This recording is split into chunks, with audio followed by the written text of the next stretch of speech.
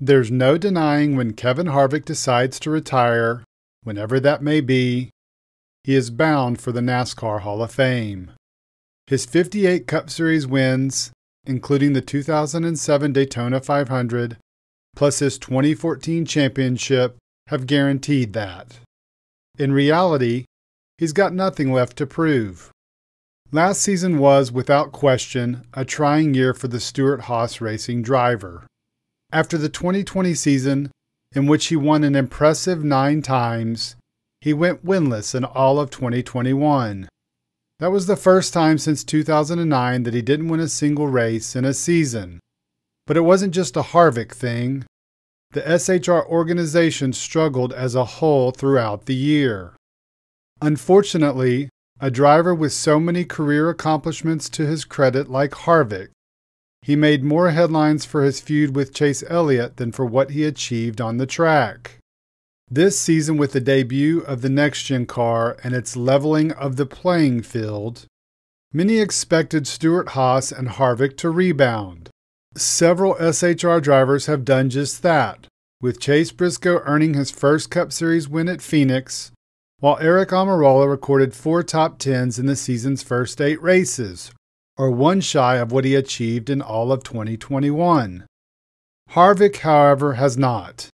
He's posted 3 top 10 finishes, the best, a runner-up at Richmond. At this same point last year, he had 6 top 10s. He's already recorded a pair of finishes of 30th or worse this season, which is the same total he had in all of 2021. The decline in numbers is reason enough to think that the 46-year-old might be hanging up his helmet for the last time sooner rather than later, and his comments this year have only added to the speculation.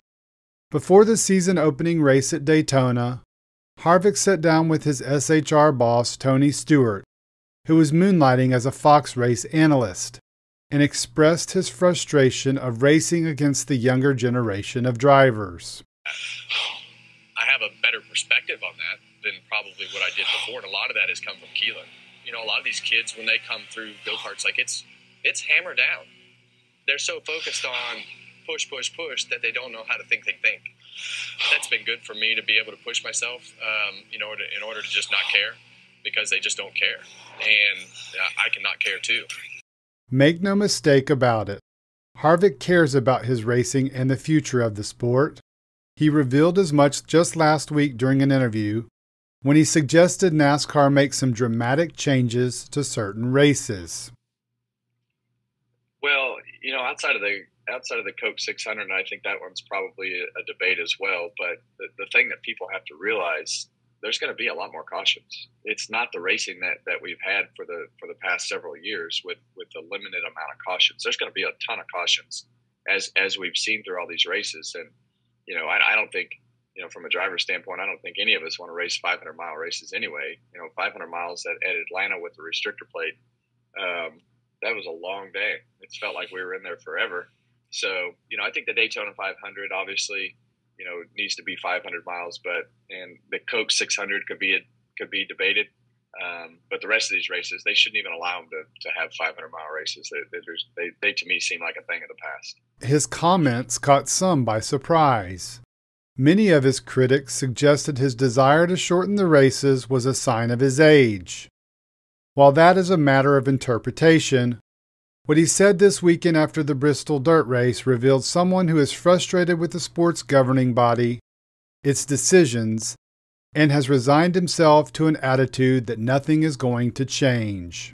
The first thing I can tell you is we did a terrible job prepping the track, and full of mud. There was nobody here to pack the track, so we all looked like a bunch of bozos coming into pit because we don't know how to prep the track. I had a great car. The racetrack was fine. They just did a terrible job to start with. They've done this before, but obviously it doesn't look like it.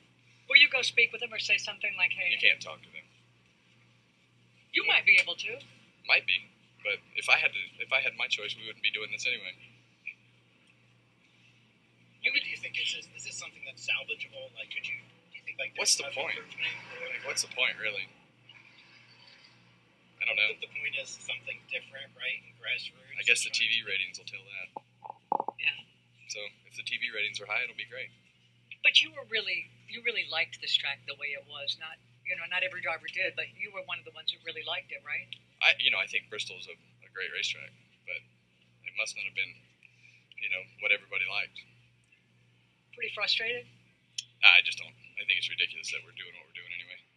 Phrases like "you can't talk to them," "what's the point," and "I think it's ridiculous what we're doing" are not anything you would expect from someone who sees a hopeful future in a sport that he's been a part of since 2001. Harvick signed a contract extension in 2020, reportedly through the 2023 season. Whether he makes it to that point is the big question.